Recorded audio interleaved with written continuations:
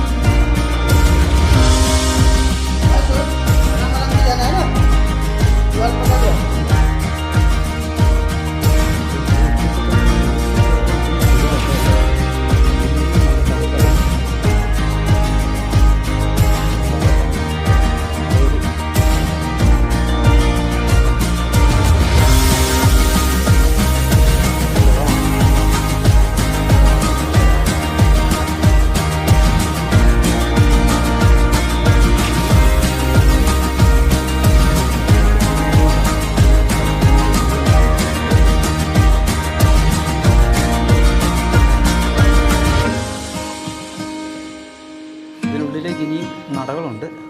നമുക്ക് ഇറങ്ങി പോകാൻ പറ്റും. കണ്ണീര് പോലെ തെളിഞ്ഞു കിടക്കുന്ന വെള്ളം